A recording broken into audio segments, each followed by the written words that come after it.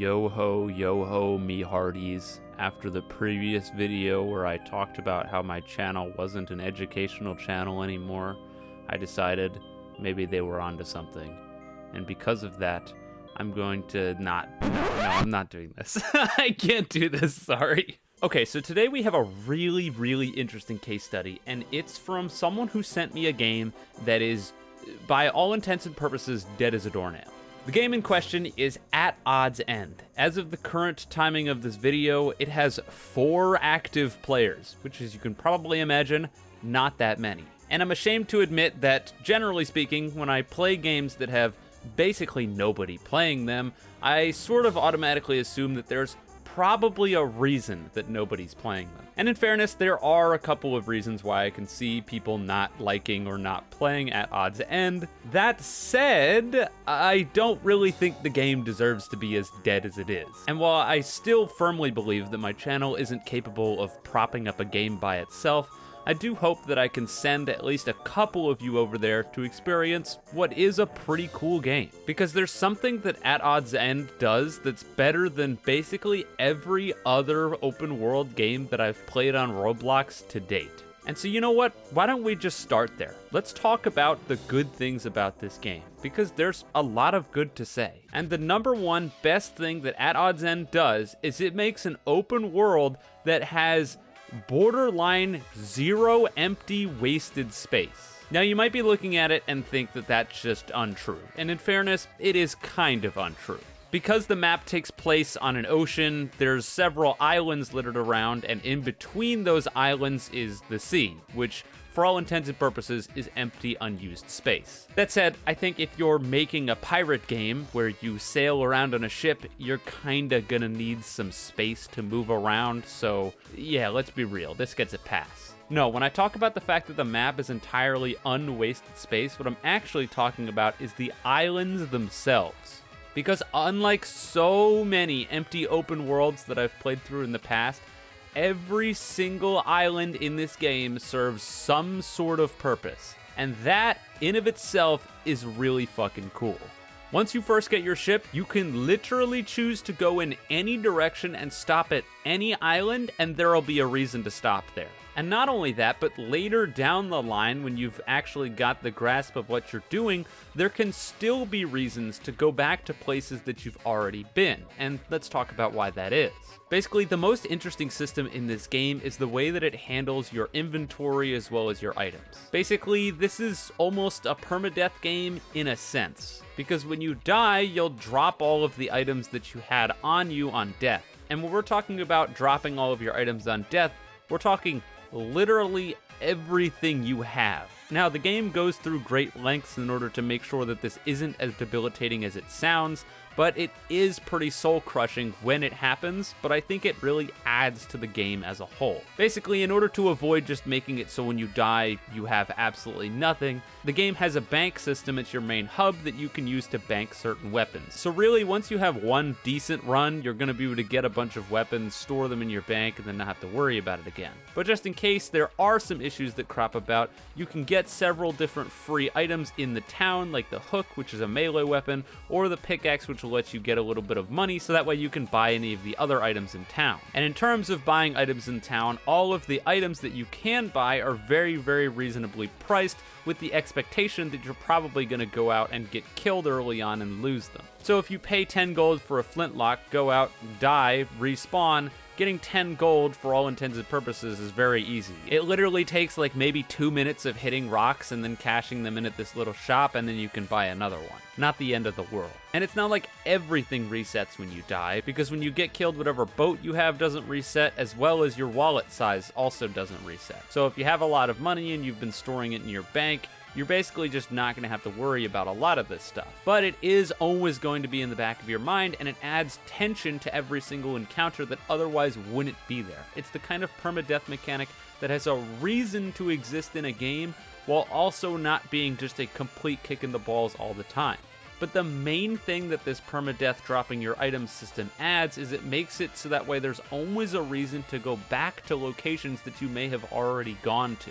and that's because several of these locations will contain different items that you can get either from a reward from that area or from a drop on an enemy that you kill that you can then use later. So one of the first places that I went was an area where there's an enemy that throws rocks at you, and if you kill the enemy who throws rocks at you, they drop their weapon. This rock throwing weapon is pretty handy for knocking back enemies as well as doing a small amount of damage. I'm a big fan of it, and so when I got killed later on and lost my rock, I went back here to get another one. In a lesser game, I might never return to this island once I cleared all of the rewards, but in this game, you would go back because you would want to get the same things that you might have had before. I can understand why this could be frustrating for some players, but for me, I thought it was really well done and I enjoyed it a lot. Now, I was just talking about NPC drops earlier, so let's talk about those and then we'll talk about the NPCs themselves. NPC drops in this game, absolutely fantastic, because when you kill an enemy, it drops what it has. How many Roblox games have we ever played where the drop rate, at least seemingly, is 100%? Yeah, no beating around the bush, no wasting your time, no making you kill the enemies over and over and over again. If you kill an enemy that drops a weapon, they drop the weapon. Imagine that. It's just such a breath of fresh air to play something like this after playing so many games where I have to rely on so much RNG and random. And it's not like I automatically brush off games. I understand the ideas of drop rates, and in a lot of games it works just fine. But in a game like this, it just wouldn't. And I would expect it to be here in a game where it wouldn't work, especially in a game with such few players. But they didn't go that route, and that just has to be commended so much. Now, let's talk about the NPCs, because to my astonishment, they work. Not blocks fruit? Not getting stuck on a singular wall? Actual pathfinding? Impossible. It can't be real. Granted, it's not perfect pathfinding. Sometimes the AI still gets stuck, but at least it tries. It doesn't just walk into a wall forever. And in a rare moment of actually knowing what the hell I'm talking about, let's talk about the back end of pathfinding really quick, because I've had a lot of people talk to me about this, and they seem to think that I don't understand it, when in reality, I think I have a much better understanding than people think I do. In a very simplified version, so that way the people who are watching this game will understand, pathfinding, in other words, the ability for an AI to walk around a wall to try to get to you, is pretty resource intensive. It's a lot easier to just have the AI walk at you and save resources. And because of that, a lot of games just take the easy way out and go, all right, we're throwing on the simplest pathfinding to save resources and prevent lag. We're done, call it a day. But games like this know that pathfinding can be resource intensive, and so in order to prevent stuff like that from happening, the AI's existence as a whole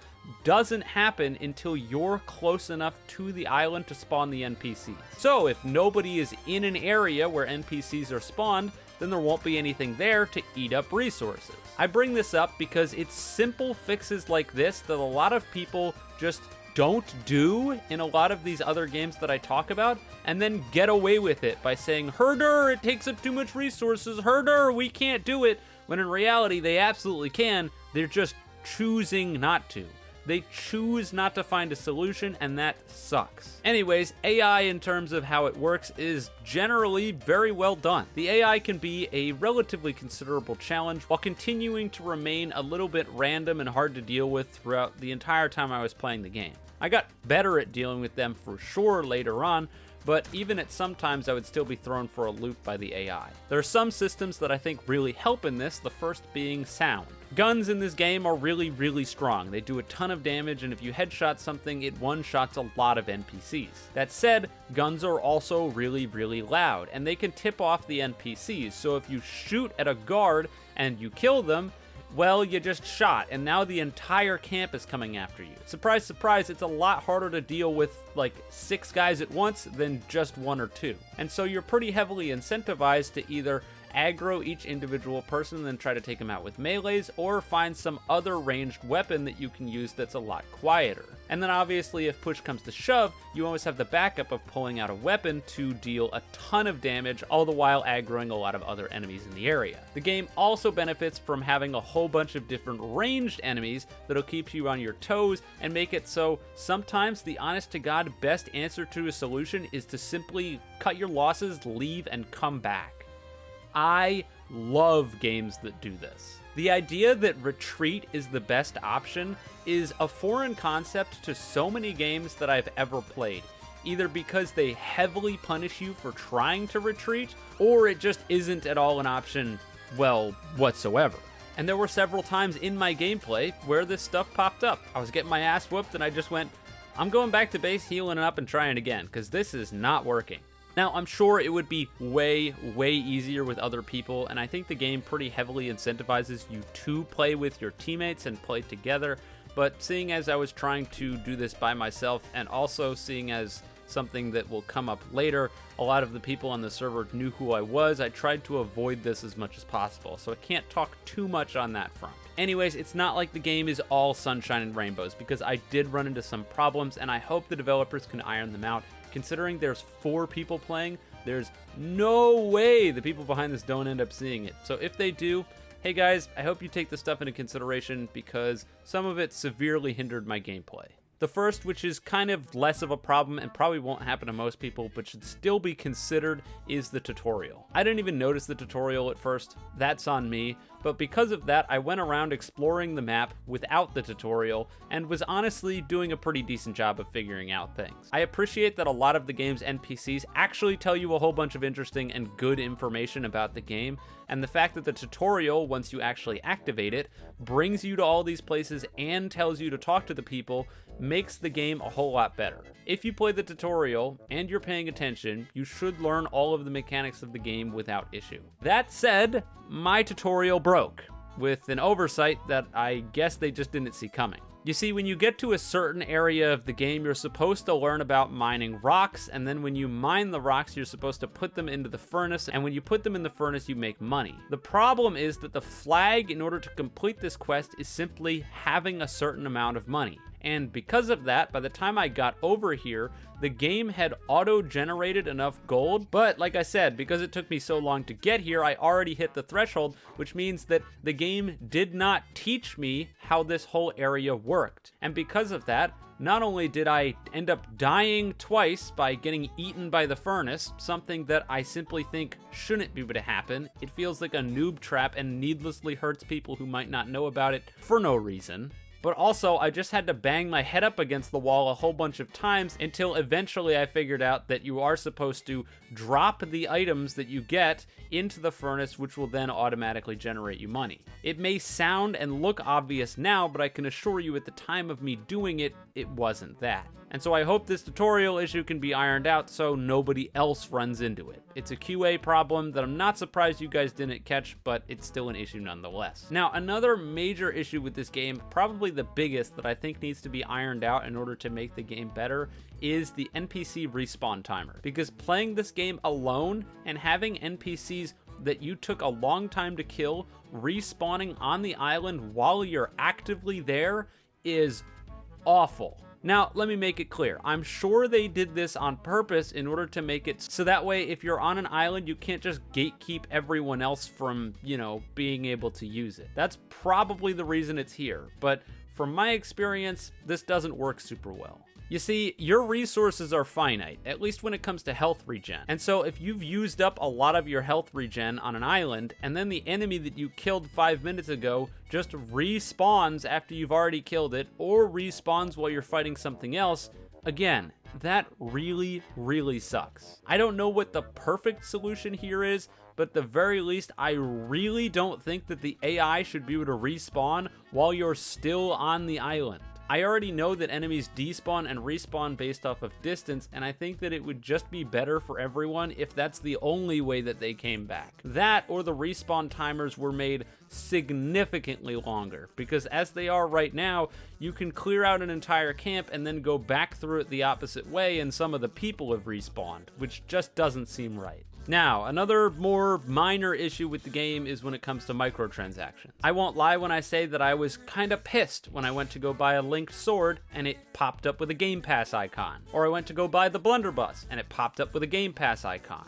And that's because there's just no indication that either of these are Game Pass items until you actually interact with them. I get maybe the devs didn't want to put a Game Pass icon next to the items because it would ruin the immersion, I guess. But at the end of the day, having this here and having a price tag on it, fooling players into thinking that they can buy it and potentially saving up for one of these items only to go buy it and then have it go, actually you can't, moron, good luck, feels awful. I get it, games need to make money and all that, and you can have items that are locked off to Game Passes, but the way that it's portrayed here just feels like crap.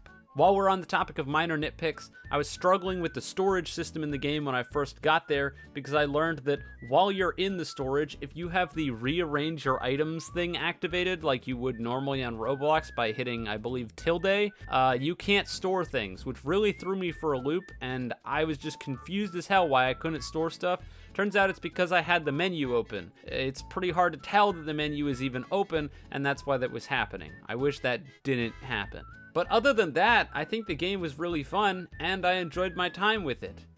Is what I would say if my time with it wasn't almost entirely ruined by the people playing the game itself. Because one aspect that I simply couldn't interact with whatsoever was the interaction between PvE content and PvP content. Because one of the really cool things about this game is that not only is it a pretty solid PvE game, but also there are two teams on either side of the map who directly clash and are direct enemies of each other. It once again factors into the permadeath aspect and the fact of the matter that you'll be fighting over the different islands that can potentially have different items that you might want in order to help you in your battles against factions. The problem is, because the person who recommended the game to me was playing the game, and the fact that several other people of the 7 people that were on the game knew who I was or were told who I was by the people playing, completely derailed my experience.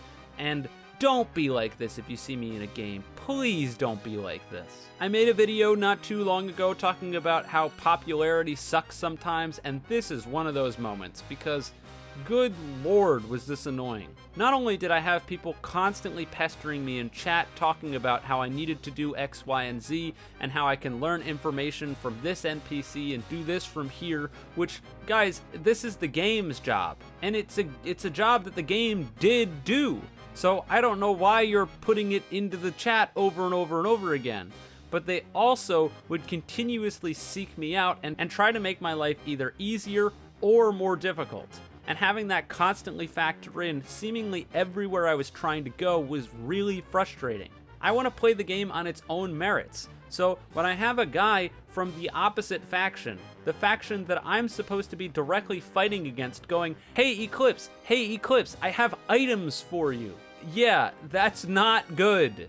There was a point where an entire party of people who probably consisted of almost every single player on the entire server came and sought me out on one specific island. Like, come on, guys, just let me play the game. Seriously, I mean it, don't do this. Anyways, like I said, this didn't ruin the game for me, and it doesn't make me look at the game any differently. I still had a lot of fun playing it. I still think that it looks like a pretty solid game, and I still think that you should go play it. And so it'll be linked in the description as always. Anyways, with that said, I am wrapping up here. So if you enjoyed the video, you can leave a like and subscribe. If you didn't, don't. And with all that being said, have a wonderful day night wherever you are, and I'll see you guys next time.